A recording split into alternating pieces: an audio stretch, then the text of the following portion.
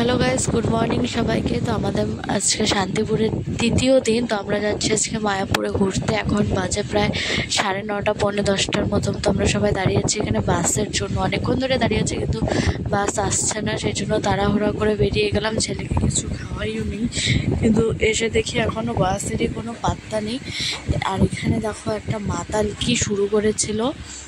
তো সেই দেখতে দেখতে মাতালে কাণ্ড কারখানা দেখতে দেখতে আমরা টোটো পেয়ে যাই লাস্ট পজিশনে। আর আমরা এরকম আম বাগান আগে কোনোদিনও দেখিনি, সেটাই আর কি গল্প করছিলাম যে এদিকে তো তাহলে আমের দাম খুব কম। আমাদের ওইদিকে যেহেতু এরকম আম বাগান কোনোদিনও দেখিনি, যেটা সত্যি কথা, সেই জন্য তো দেখে প্রথমবার বেশ ভালোই লাগছিল। তারপরে যেতে যেতে আবার বৃষ্টি নেমে পড়লো। আর এদিকে দেখো আমরা একদম বন্দি খাঁচার মধ্যে ঢুকে পড়েছি, মানে টোটো পুরো চারিদিকে আটকে দিয়েছে, কিন্তু পরে আবার খুলে নিয়েছে। মানে 5-10 মিনিট বৃষ্টি হলো, তারপর আবার বৃষ্টি কমে গেছে, তারপরে আবার খুলে দিল। আর এটা লাগানোর পরে একটু হাওয়া লাগছিল না, তো গল্প করতে করতে চলে এসেছি আমরা নগরদ্বীপে। এই যে মেন আর কি, শুনলাম যে এটাই বলে নগরদ্বীপ এখান থেকে শুরু। তো আমরা নগরদ্বীপে এসে পড়েছি। তো নগরদ্বীপে এসে আগে আমরা ফার্স্ট এই মন্দিরটাতেই আর কি ঢুকি। আর এই মন্দিরে ঢোকার পর অনেক কিছু নতুনত্ব দেখলাম, যেমন হরিণ আগে আমি দেখিনি, এখানে আমি এসে হরিণও দেখেছি। আর এখানে দেখো মানে কত কালারিং মাছ, অনেক মাছ ছিল। এই দেখো, আর নদীর মাঝখানে একটা মন্দির, আর এদের কতগুলো হাঁস ছিল। আর এই যে হরিণ, যেটা আমি কোনোদিনও দেখিনি, ফার্স্ট টাইম দেখছি। অনেকগুলো হরিণ ছিল। আমার তো খুব মজা হচ্ছিলো, যেহেতু ভালো না, মানে প্রথম দেখলে আর কি যেমন একটা রিয়াকশান সেরকম।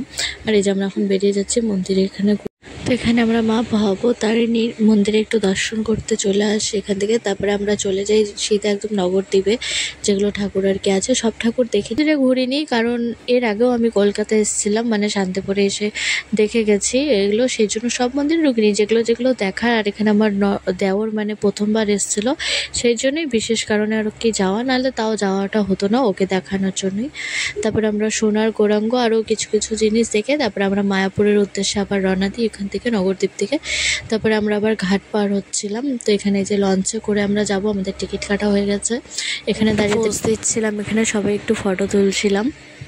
আর সেদিনও প্রচুর রোদ উঠেছিল, মানে সেই গরম ছিল মারাত্মক। তো এখানে আমরা একটা ঠান্ডা জলের বোতলে আমরা জল খাচ্ছিলাম। আর তো ফাইনালি আমরা লঞ্চে উঠে পড়েছি, কিন্তু প্রথম খুব ভয় লাগছিলো। এর আগেও উঠেছি, দেখো আমরা তো সবসময় তো আর উঠি না। আর এখানকার লোকগুলোর ভালোই সাহস দেখি, সবাই নৌকাতে মানে ধারে ধারে দাঁড়িয়ে যাচ্ছে।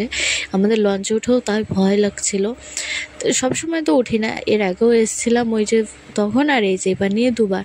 তো ভয় তো একটু লাগবে, আর যারা এখানকার তাদের তো ভয় কম লাগবে, কারণ তারা তো সবসময় এখানে মানে যাতায়াত করে, তাদের তো ঘাট পার হতেই হয়। আর এই যে নদীটা মানে সত্যি অসাধারণ, এগুলো দৃশ্য দেখলে মনে হয় যে হ্যাঁ সত্যি এখনও ভগবান আছে কিছু কিছু জায়গায়। মানে দেখো, এই পাশে ঘোলা জল আর ওই পাশে হলো সবুজ জল, দুটো জলই কিন্তু একখানি হয়েছে মানে সীমানায় এসে, কিন্তু তাও মানে মিশে যায়নি, যে জলটা যে মিশে যাবে সেরকম কিন্তু না, আলাদাই আছে।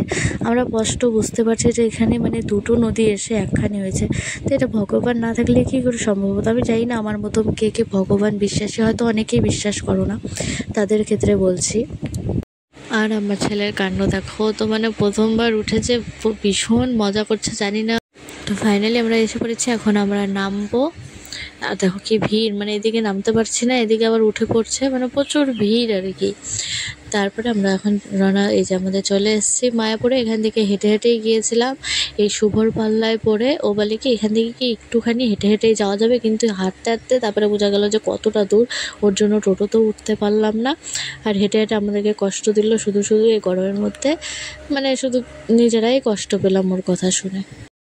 তো এই যে মায়াপুরে ঢুকে মানে চলে এসেছি, যে মায়াপুরের গেট আর কি। তো এখানে ঢুকে আগে ছেলেকে খাইয়ে নিয়েছিলাম, কারণ ছেলে সেই মানে সকাল থেকে কিচ্ছু খাইনি, শুধু মানে কেক খেয়েছিল, একটা কেকের প্যাকেট। আগে ওকে খাইয়ে নিলাম, তারপরে আমরা এখানে টিকিট কেটেছিলাম, টিকিট কেটে তারপরে আমরা মানে নিজেরা খেতে ঢুকেছিলাম আর কি। এই যে এখানটায় আমরা মানে ফার্স্ট টাইম এখানে, আমি এর আগে যখন এসেছিলাম খাইনি, তো এখানে ফার্স্ট টাইমই খেলাম। আর প্রসাদ যে মানে মানে কী বলবো, অমৃত, মানে অমৃত। এদিকে খেতে মানে খিদে পেটে, আর এদিকে আবার প্রসাদ, মানে এত তৃপ্তি করে যে খেয়েছি, মানে বাড়িতে মাছ মাংস দিয়েও মানে এতটা টেস্টি খাই না, এখানে এতটা মানে তৃপ্তি করে খেয়েছিলাম। আর এখানে খাবারে দিয়েছিল প্রথমে 1 হাতা করে খিচুড়ি দিয়েছিল, কিন্তু খিচুড়িটা আরও বেশি টেস্ট হয়েছিল। আর ভাত, ডাল আর একটা তরকারি, বেশি কিছু দেয়নি, এটুকুই ছিল। কিন্তু খিদে পেতে সত্যি খুব মানে খুব সুন্দর খেয়েছিলাম। আর আমার ছেলের কান্না দেখো, মানে খেয়ে দেয়ে শরীরে তেল বেড়ে গেছে, সেজন্য এখানে এসেও দৌড়াদৌড়ি লাগিয়ে দিয়েছিল, কিন্তু এতক্ষণ মানে ঝিমে গেছিল কাজ, যেহেতু পেটের মধ্যে খিদা ছিল সেজন্য দৌড়াতে পারছিল না, আর খেয়ে দিয়ে এখন শরীরে তাকত বেড়েছে, তাই দেখাচ্ছিল সবাইকে। আমি এখন এনার্জি হয়ে গেছে, পুরো এনার্জি আমার এখন নাকি।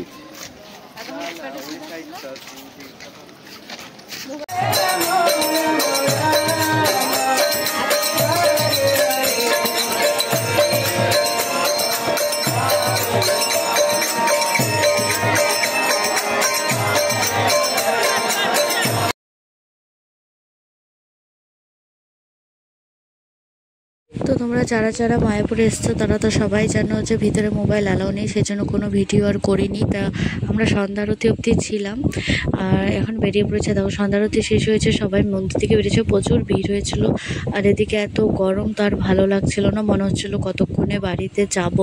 তো আমরা এখান থেকে বেরিয়ে আবার গুপি ড্রেস কিনেছিলাম, আর হ্যাঁ আবার ব্যাক করেছিলাম, কারণ আমার ছেলের জন্য একটা বই পছন্দ হয়েছিল। তো পরে সবাই বলছিল বাইরে পেয়ে যাবে, কিন্তু তবে ভাবলাম যদি না পাই, এর আগেও তো অনেক জায়গায় খুঁজেছি কিন্তু পাইনি, সেই জন্য আবার ব্যাক করে আসলাম। আমি আর আমার দেওর এসে আবারও বইটা কিনে তারপরে আমরা বাড়িতে রওনা দিই। তারপর আর মানে কিছুই ভালো লাগছিলো, মনে হচ্ছিলো যে কতক্ষণে বাড়িতে যাব, ফ্রেশ হয়ে একটু বিছনায় শটাং হবো। তো চলো আর বেশি কথা বলবো না, ভিডিওটি ভালো লাগলে লাইক কমেন্ট শেয়ার আর সাবস্ক্রাইব করে দিও, আর এভাবেই তোমরা পাশে থেকো, ভালোবাসা দিও।